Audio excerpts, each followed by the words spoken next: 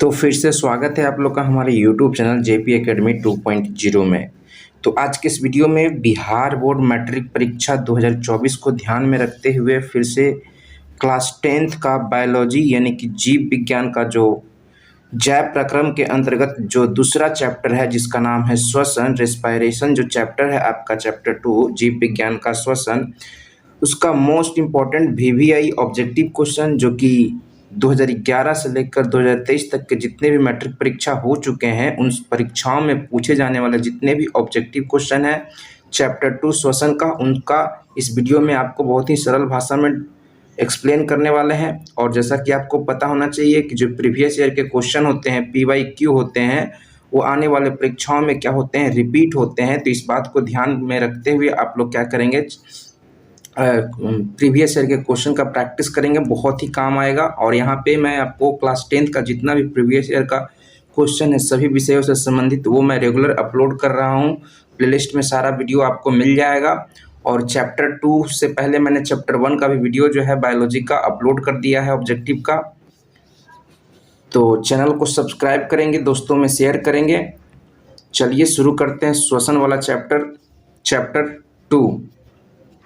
Chapter 2 का पहला question है श्वसन के उत्पाद हैं, यानी कि जब श्वसन की प्रक्रिया होती है तो श्वसन की प्रक्रिया होने के बाद क्या बनता है।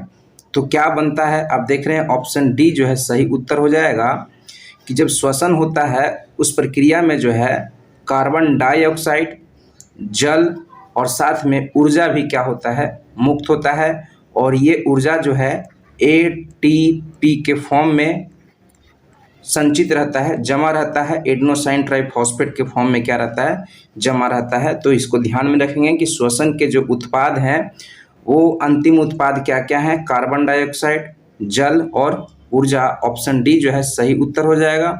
दूसरा प्रश्न है पौधों में श्वसन होता है।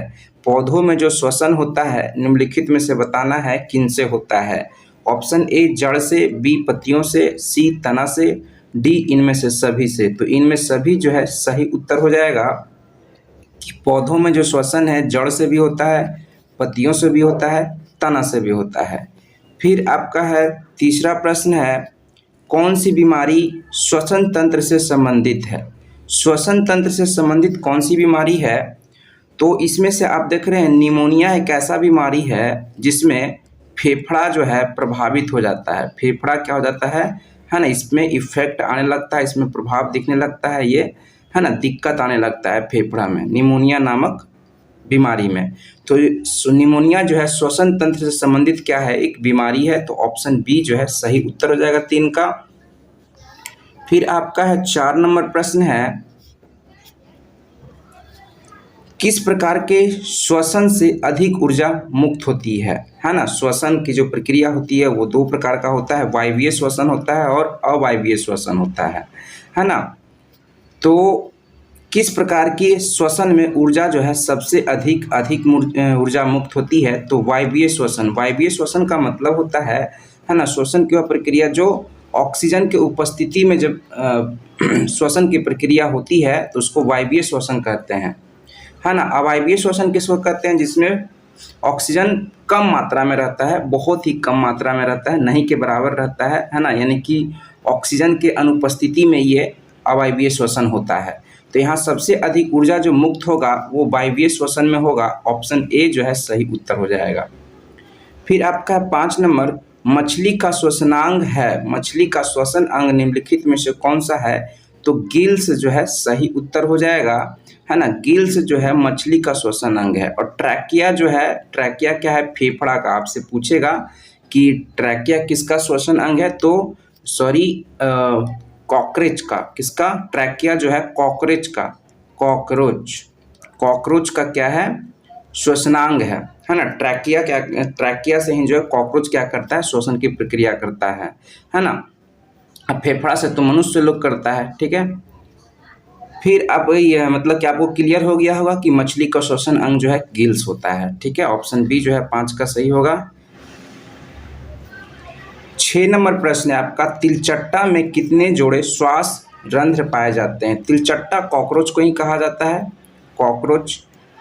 कॉकरोच को ही तिलचट्टा कहा जाता है। इसमें जो श्वास रंध्र होते हैं वो 10 जोड़े पाए जाते हैं। कितने जोड़े पाए जाते हैं? 10 जोड़े पाए जाते हैं। संख्या में पूछेगा तो 20 हो जाएगा, जोड़ा में पूछा है तो 10 होगा। 7 नंबर प्रश्न है, निम्नलिखित में से किसे कोशिका का ऊर्जा मुद्रा कहा जाता है ना। ऊर्जा मुद्रा लिखा हुआ है ना। एनर्जी मनी किसको कहते हैं? तो एटीपी को कहा जाता है। एटीपी का फुल फॉर्म होता है एडेनोसाइन ट्राइफॉस्फेट। क्या होता है? ट्राइफॉस्फेट जो है क्या होता है? एटीपी का फुल फॉर्म होता है। एटीपी को जो है ऊर्जा मुद्रा के नाम से जाना जाता है। वही ऊर्जा गृह कहता है कि ऊर्जा गृह किसे कहा जाता है? कोशिका का ऊर्जा गृह किसे कहा जाता है? तो आप बताएंगे माइटोकॉन्ड्रिया। क्या बताएंगे? माइटोकॉन्ड्रिया जो होता है कोशिका का ऊर्जा गृह होता है माइटोकॉन्ड्रिया। ठीक है, यहाँ कोशिका का ऊर्जा मुद्रा पूछा है तो एटीपी आप लगाएंगे, एडेनोसाइन ट्राइफॉस्फेट। फिर 8 नंबर प्रश्न है, एथाइल अल्कोहल किस प्रकार के श्वसन में बनता है? तो एथाइल अल्कोहल जिसका फॉर्मूला होता है C2H5OH, ये जो है एथाइल अल्कोहल जिसको सामान्य तौर पे अल्कोहल के नाम से भी जानते हैं, है ना। ये किस प्रकार के श्वसन में बनता है? तो ये अवायवीय श्वसन के में बनता है। अल्कोहल का जो निर्माण है, एथाइल अल्कोहल का निर्माण, ये अवायवीय श्वसन में बनता है ना। तो ऑप्शन बी जो है सही उत्तर हो जाएगा 8 का। 9 नंबर प्रश्न है आपका, पायरुवेट के विखंडन से कार्बन डाइऑक्साइड यानी कि CO2, जल यानी कि H2O और तथा ऊर्जा देता है, और तो यह क्रिया कहाँ होता है? ये क्रिया पायरुवेट का विखंडन जो है कहाँ होता है? तो कोशिका द्रव में होता है ना। पायरुवेट क्या होता है? तो जब ग्लूकोज टूटता है ना, ग्लूकोज C6H12O6 ये टूटता है कोशिका द्रव में, है ना। तो क्या करता है? टूटकर मतलब पायरुवेट का निर्माण करता है। पायरुवेट जो है ग्लूकोज का ही पार्ट होता है ना। जब वो विखंडित होता है कोशिका द्रव में तो उसको पायरुवेट कहा जाता है ना। तो ऑप्शन ए जो है सही उत्तर हो जाएगा 9 का। 10 नंबर प्रश्न है आपका, पौधों में श्वसन क्रिया के अंतर्गत एडीपी के टूटने से कितनी ऊर्जा मुक्त होती है? एडीपी के टूटने से तो इसका आंसर हो जाएगा 30.5 किलो जूल पर मोल जो है। याद रखेंगे कि एडीपी जब टूटता है तो कितना ऊर्जा मुक्त होता है? तो 30.30 है ना, 30 किलो जूल पर मोल जो है ऊर्जा मुक्त होता है। ऑप्शन ए सही उत्तर हो जाएगा। फिर 11 नंबर प्रश्न है, किस प्रकार के श्वसन से अधिक ऊर्जा मुक्त होती है? फिर देखिए रिपीट हो गया तो वायवीय श्वसन हो जाएगा। फिर आपका है 12 नंबर प्रश्न है, ग्लाइकोलिसिस होता है। ग्लाइकोलिसिस कहा जाता है ग्लूकोज के विखंडन को। ग्लूकोज के विखंडन की प्रक्रिया को ही C6H12O6 के टूटने की प्रक्रिया को ही ग्लाइकोलिसिस कहा जाता है ना। और ग्लाइकोलिसिस जो होता है कोशिका द्रव में होता है। कहाँ होता है? कोशिका द्रव में होता है, या कोशिका द्रव की जगह जीव द्रव्य भी लिख सकता है। जीव द्रव्य को ही कोशिका द्रव्य भी कहते हैं। ठीक है, तो ऑप्शन बी जो है 12 का सही उत्तर होगा। 13 नंबर प्रश्न है, किस पौधे में रंध्र अनुपस्थित रहता है? अनुपस्थित मतलब नहीं पाया जाता है। रंध्र जो है जितने भी पौधे की पत्तियां होते हैं उन पत्तियों में रंध्र पाया जाता है, और रंध्र को ही स्टोमाटा कहते हैं। इसी स्टोमाटा के मदद से क्या करते हैं? पेड़ पौधे क्या करते हैं? श्वसन की प्रक्रिया फॉलो करते हैं। ठीक है, तो एक हाइड्रिला नाम का एक पौधा है, इसमें रंध्र जो है स्टोमाटा जो है नहीं पाया जाता है। 13 का ऑप्शन बी जो है सही उत्तर हो जाएगा। 14 नंबर प्रश्न है, किण्वन क्रिया पाई जाती है। किण्वन क्रिया जो है ना, वो कहाँ पाई जाती है? ईस्ट में पाई जाती है। ऑप्शन बी सही उत्तर हो जाएगा। 15 नंबर प्रश्न है, ट्रैकिया किस जीव का श्वसन अंग है? देखिए पूछ दिया, आपको शुरू में ही बताए थे। कॉकरोच जिसको तिलचट्टा भी कहते हैं, है ना, तिलचट्टा भी कहते हैं, इसी का जो है श्वसन अंग का नाम है ट्रैकिया।